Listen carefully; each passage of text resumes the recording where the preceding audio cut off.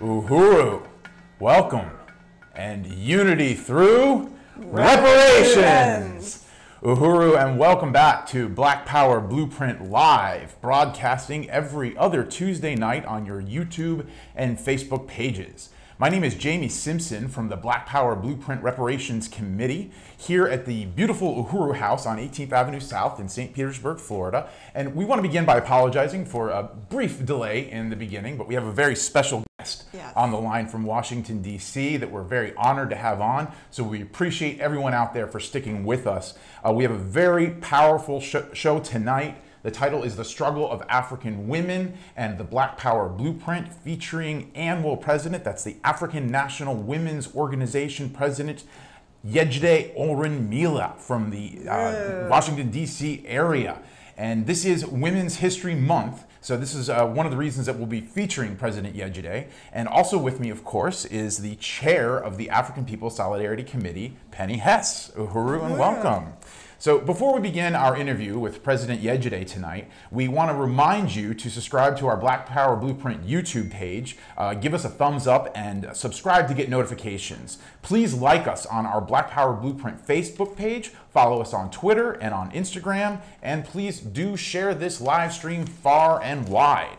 We want to begin this evening, as we always do, by giving a huge salute to Chairman Omali Yeshitela and Deputy Chair Onezine Yeshitela, without whom we would not be here. The visionary leader and founder of the Uhuru movement, Chairman Omali Yeshitela, who's been struggling for the absolute liberation and unification of Africa and African people under the African working class for over 50 years, and Deputy Chair Onezine Yeshitela, without whose visionary on-the-ground, day-to-day leadership, we wouldn't have the Black Power Blueprint on the ground in St. Louis as we do. So Uhuru to Chairman Omali Yeshitela, and Uhuru to Deputy Chair Onezine Yeshitela.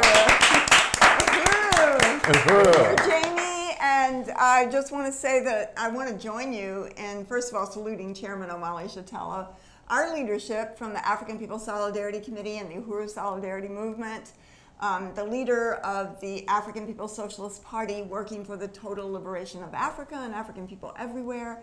And I want to join in saluting Deputy Chair Onezine Yeshitela, who leads, as we said, the Black Power Blueprint and all the economic work of the African People's Socialist Party. I'm very, very excited to be able to have with us tonight President Yejide Orunmila of the African National Women's Organization. This is going to be very exciting. And, you know, I just want to say that President Yejide was with us. We had the honor of having her with us as a featured speaker at the Blood Diamonds tour for the Northeast segment leg of that tour, which was last week in Boston, New York, and Philadelphia. And that was so powerful.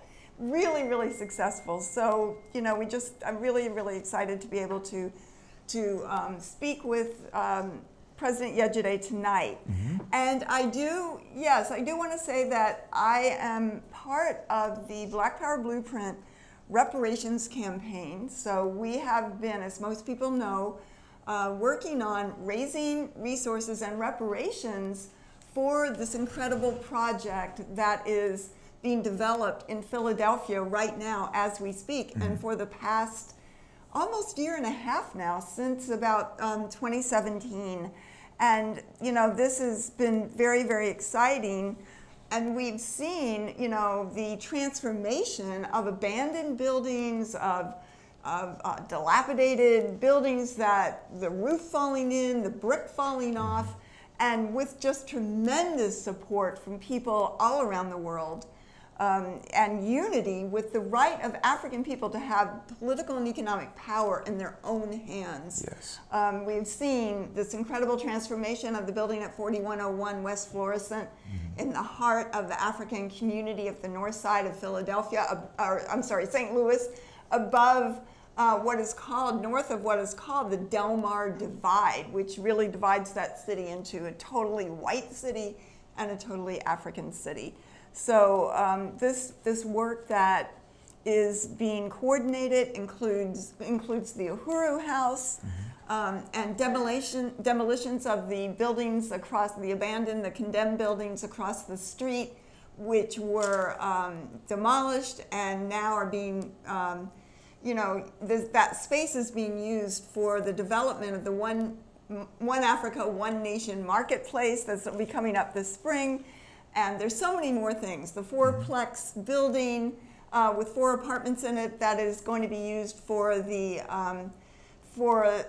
African Internationalist Workforce Program, which is bringing African people out of the colonial prisons and into a productive relationship to the African community and on the side of the liberation of African people. We've seen the installation of a beautiful, beautiful 50-foot flagpole with a 25-foot red, black, and green flag installed, and just so many different things happening. And you can see it all by going to blackpowerblueprint.org. We have videos, we have pictures, we have stories of what happened. Please go there, go to blackpowerblueprint.org. You can also donate there, and we have a new button now where you can volunteer. So, and that's going to be part of the NTU volunteer program of the Uhuru movement, so we're very excited about that. We do want to raise $500 tonight, and again, you can do that by going to blackpowerblueprint.org, and we already have Lisa Watson, who has given $50 tonight and put it in that. So we only have 450 to go. Uhuru, thank you, Lisa. And as usual, our web events are, as Chairwoman Penny pointed out, part of an effort to win resources for these incredibly important projects and other projects that are part of the Black Power Blueprint, including the renovation of the Uhuru Jiko Kitchen on Goodfellow Avenue in St. Louis, that will be the home of not only Uhuru Foods, but and pies, a bakery and community kitchen and cafe. That's all part of, as you mentioned, the African Independence Workforce Program that is putting the power of economic self-reliance in the hands of the African working class that is so direly needed with these colonial prison conditions that extend beyond the bars, the brick and mortar of the prison itself, into the African community itself. So if you want to see a future beyond colonialism, if you want to unite with Black Power, you too can go to blackpowerblueprint.org. As Chairwoman pointed out, look at the videos, the photos, the articles about this rapid progress that has happened, this transformation of a community through this project and how it has changed the terrain of the African community of the north side of St. Louis.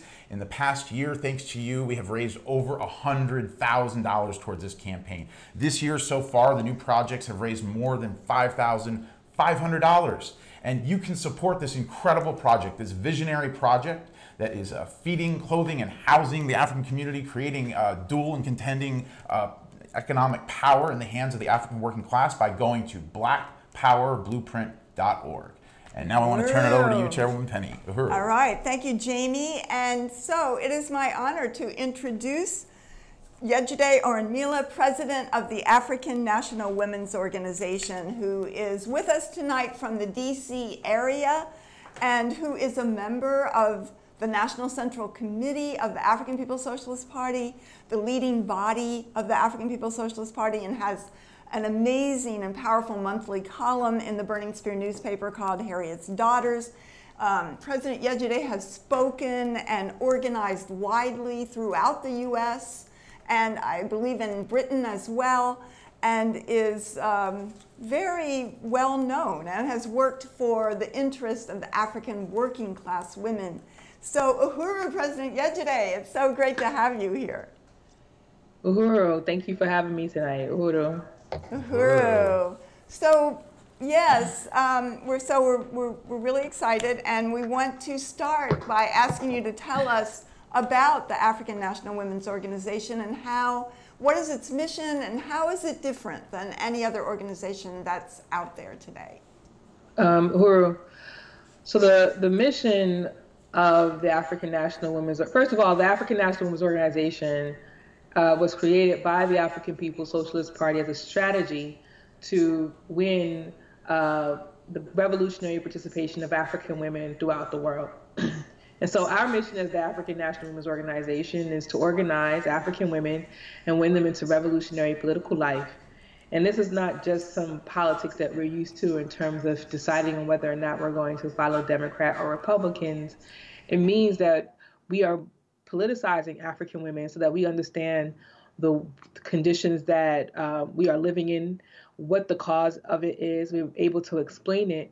And we're different from any other organization out there in that we're a gender specific organization, gender and national specific organization, but we aren't feminist.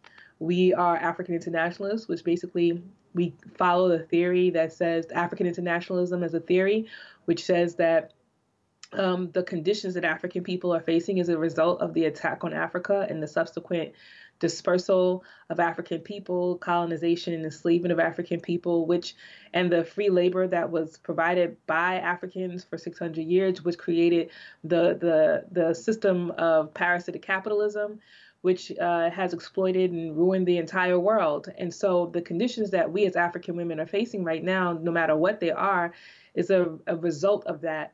And so our responsibility in the African National Women's Organization is to help African women understand that the conditions such as gender violence, poverty, not having access to good health care, and any other thing that we are experiencing right now is as a result of us being domestically colonized in the United States and colonized throughout the world.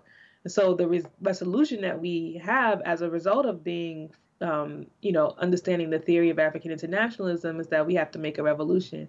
And so when we talk about political life, we mean politicizing people, politicizing women especially, to the end goal, which is to make a revolution so that we can be free. And on our trajectory of making that happen, we're dealing with the contradictions that African women are being faced with right now, which are some of the things that I've just mentioned. That's really powerful. And, one of the things that I've heard you state on many occasions is that there's no such thing as women in general. And, really taking on this reality that white women and the feminist movement and, all of the way that most white women experience the question of women's liberation, quote unquote, is a completely different reality than the conditions of African women. And there's the colonizer and the colonized. And I just wanted to see if you would, expound on that a little bit. Yeah. We are, I've seen some women believe that by being feminist or subscribing to some all-woman ideology that, banding together as women across nations and holding hands and talking about all of the things that affect us as women, I see them fall through see the pitfalls of that. I think one clear indication of that would be what happened with the Women's March and what happened with Tamika Mallory when she's tried to organize with these women and how it backlashed on her when she showed her unity with Farrakhan. And so basically this assumption that all women experience the conditions the same is wrong. There is the oppressor nation, there is the oppressed nation, and one lives at the benefit of the other. The oppressor nation lives at the benefit of the oppressed nation.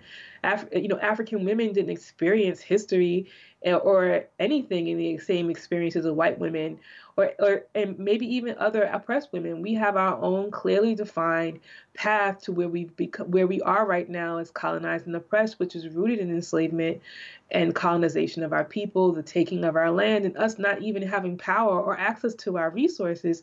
Is all tied to who we are as African women, who we are as African people.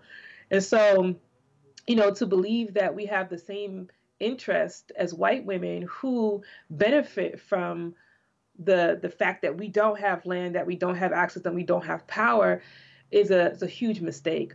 So, obviously there's the women of the oppressor nation who, white women who benefit from our enslavement, our colonization. They were the ones who we worked for. They're the babies who we nursed.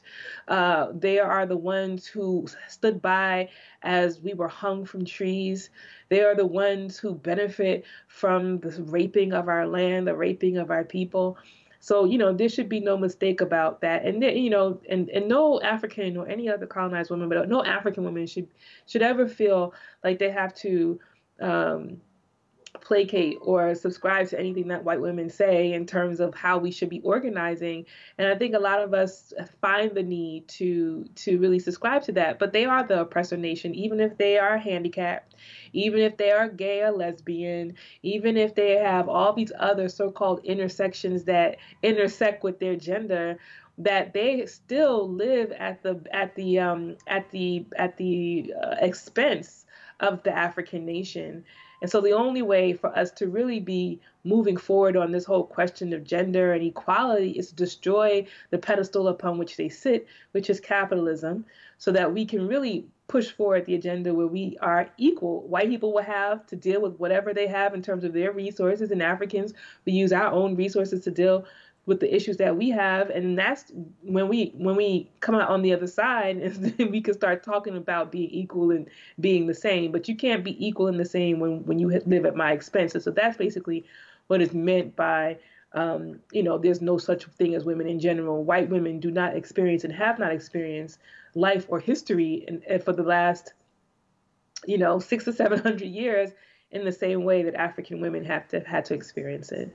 Uhuru, Uhuru. I mean, there's so much. I really, really unite with that, and I just think that is such a deep question, because there is always the effort by white women who call themselves feminists to apply this to African women and to attempt to do that, And I think that, nothing, maybe, or maybe we could say, how symbolic it is in a certain way that the first wave of white feminists were white women that were trying to get the vote at the turn of the 20th century. African women worked for them, were taking care of their children while the white women were out, fighting for suffragettes and, all this kind of thing. And also what you raised about the role that white women played in, the terror and the lynching. Often, first of all the white woman had to say is that an African man looked at her. I mean, look what happened to Emmett Till.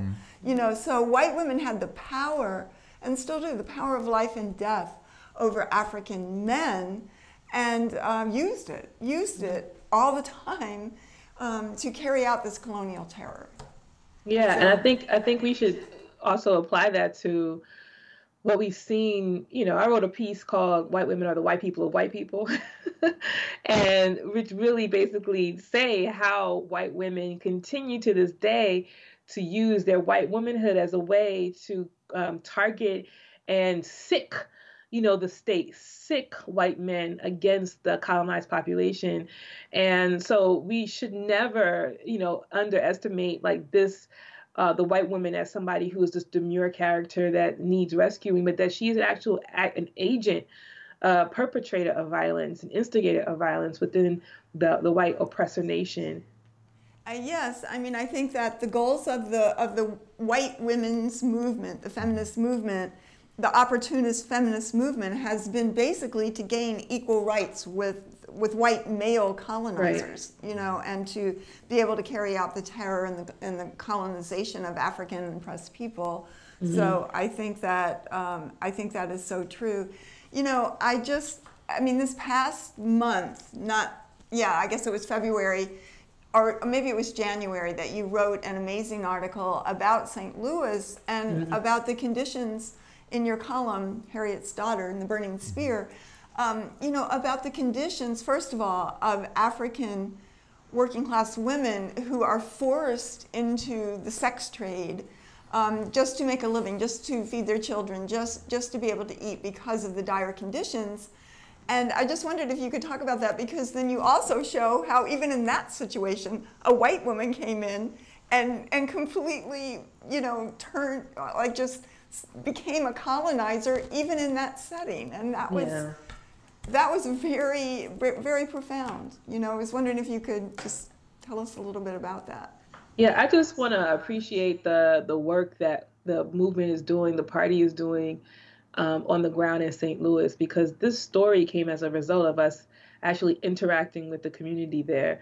The junkies, the women who are forced into sex, the dope boys, the people who, are demonized in the community for, being forced underneath these colonial conditions to deal with their conditions in whatever way that, that they feel is necessary.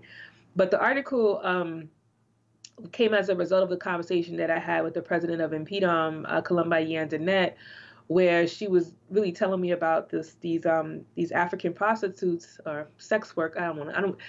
African women who are forced to sell their body. I don't like to call them sex workers. I think sex workers is a bourgeois term that really speaks to women who so-called choose, who have the luxury of choosing to sell their body in exchange for money. I think what we're talking about now is African women, colonized African women, who are forced because of their conditions, because of the addiction.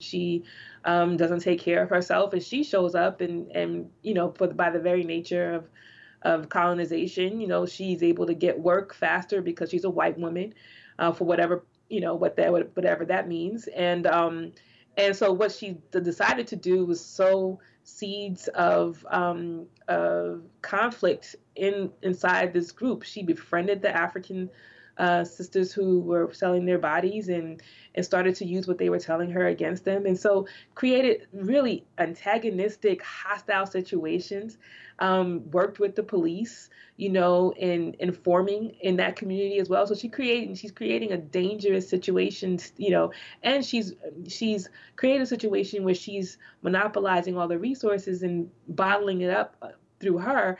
And then, having to have these African sisters talk to her in terms of how to get work. So even the most derelict outsider white woman has the power to behave like the colonizer, like the oppressor, even in the most dire, contradictory situations.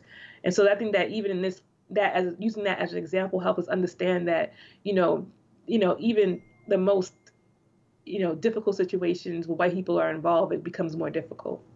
Uhuru, I really appreciate that, and I hope everybody can get their Burning Spear from January and read that article. It's so beautifully written and very powerful.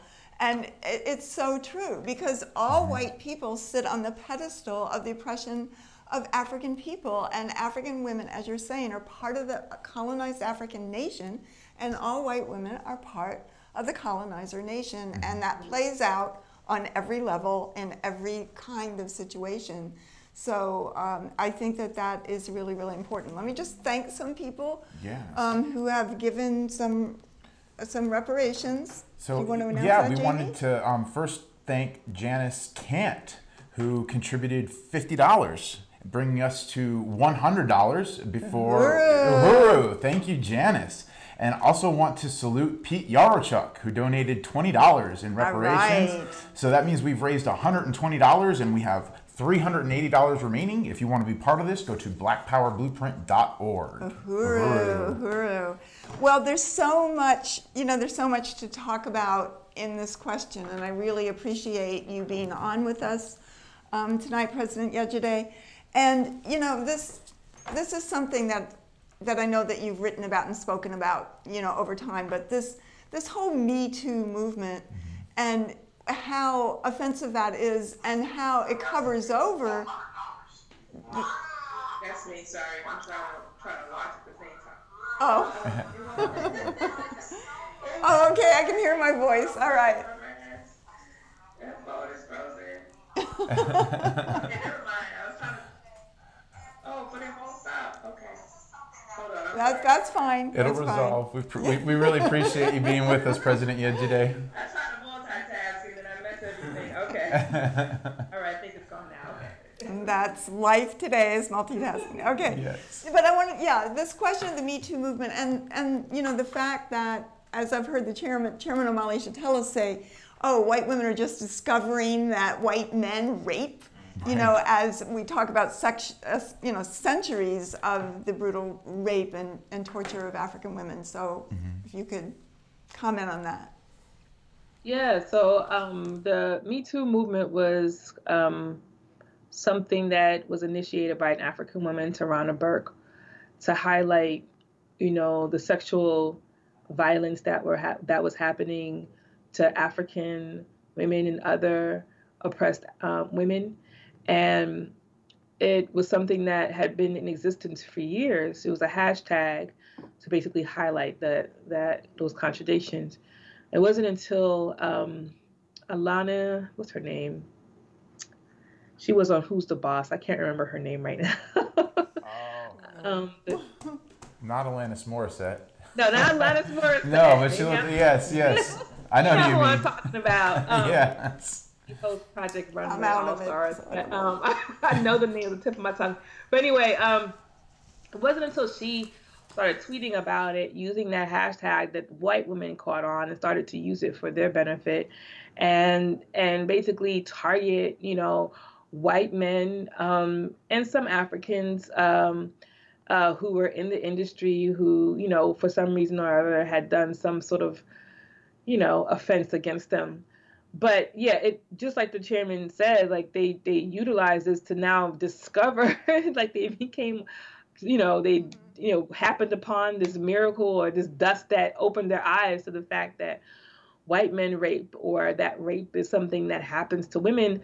But the reality is that white women knew about rape for a very long time because they sat by while their fathers and husbands raped African women.